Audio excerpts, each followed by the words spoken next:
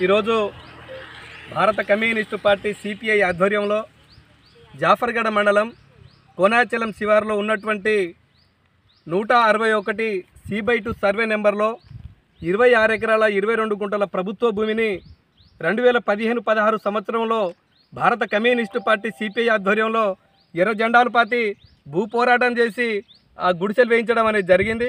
ఆనాటి నుండి నేటి వరకు భూమి కోసం ఈరోజు పేదల కోసం గుడిసెలు వేయించినాం. గుడిసెలు వేసిన తదన రెవెన్యూ డిపార్ట్మెంట్ వాళ్ళు వచ్చి ఈరోజు ఆ గుడిసెలను కూడా డిస్మెంటల్ చేయడం జరిగింది. కానీ గత ప్రభుత్వ పాలనలో పేదలకు కానీ ఏ రకంగా ఆసరా కల్పించిన పరిస్థితి లేదు.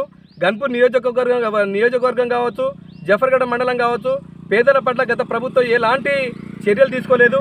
కానీ ఇప్పుడు వచ్చినటువంటి ప్రభుత్వం, కాంగ్రెస్ ప్రభుత్వం ఈరోజు ఈ 26 ఎకరాల 22 గుంటల ప్రభుత్వ భూమిలో కొత్తగా ఏర్పడినటువంటి దుర్గతండ గ్రామ పంచాయతీకి 2.5 ఎకరాల భూమి కేటాయించి మిగతా 24 ఎకరాల భూమిని ఈరోజు ఇంటర్నేషనల్ ఇంటిగ్రేటెడ్ స్కూళ్ళు నిర్మిస్తామని చెప్పేసి శంకుస్థాపనలు 200 కోట్లు కూడా మంజూరు చేయడం అనేది జరిగింది. ఇక్కడ ఉన్నటువంటి తెలంగాణ రాష్ట్ర ముఖ్యమంత్రి గారు రేవంత్ రెడ్డి గారికి కూడా భారత కమ్యూనిస్టు పార్టీ సిపిఐ తరఫున అభినందనలు తెలియజేస్తా ఉన్నాం.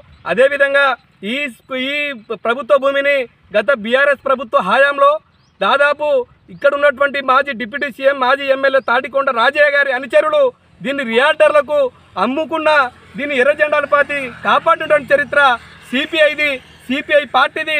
ఇక్కడ ఉన్న నాయకత్వం అని చెప్పేసి విలేకరులకు కానీ మా సోదరులకు కానీ తెలియజేస్తా ఉన్నాం. ఇది కూడా మీరు అర్థం చేసుకోవాలి. తెలంగాణలో ఉన్నటువంటి గన్పూర్ నియోజకవర్గంలో ఈ నియోజకవర్గంలో ఉన్న అప్పుడున్నటువంటి ఎమ్మెల్యే గారు ఈ భూ పోరాటం చేసినటువంటి వారి మీద అఘాయిత్యాన్ని కూడా పాల్పడ్డ బెదరకుండా ఈరోజు భారత కమ్యూనిస్ట్ పార్టీ సిపిఐ జెండాలు పార్టీ ఈరోజు పేదలకు పంచాలనే నినాదంతో పెద్ద ఎత్తున పోరాటాలు చేసిన పార్టీ సిపిఐ. ఈ సిపిఐ పార్టీ పోరాటంలో దాదాపు దుర్గతండకు సంబంధించిన, కసనతండకు సంబంధించిన, కోనాచలం గ్రామానికి సంబంధించినటువంటి గిరిజనులు కావచ్చు, బడుగు బలహీన వర్గాల ప్రజలందరూ వచ్చి ఈరోజు ఈ భూ పోరాటం చేసినటువంటి పరిస్థితి ఉన్నది. ఈ చరిత్ర సిపిఐ పార్టీ చేసినటువంటి భూ పోరాట చరిత్ర. దీన్ని వక్రీకరించి కొంతమంది వాళ్ళ స్వార్థ ప్రయోజనాల కోసం వాడుకున్న దాన్ని తగ్గేది లేదు. ఏది ఉన్నా కూడా రాష్ట్ర ప్రభుత్వం తీసుకున్న నిర్ణయం చాలా మంచి నిర్ణయం అని చెప్పేసి సిపిఐ పార్టీగా మేము కోరుతా ఉన్నాం. ఎవరైతే ఏం చేసినా ఈ ప్రభుత్వం తీసుకున్న నిర్ణయానికి అనుగుణంగానే ఇక్కడ ఇంటర్నేషనల్ ఇంటిగ్రేటెడ్ స్కూల్ త్వరితగతిన మంజూరు అయింది. త్వరితగతిన పనులు ప్రారంభించాలి.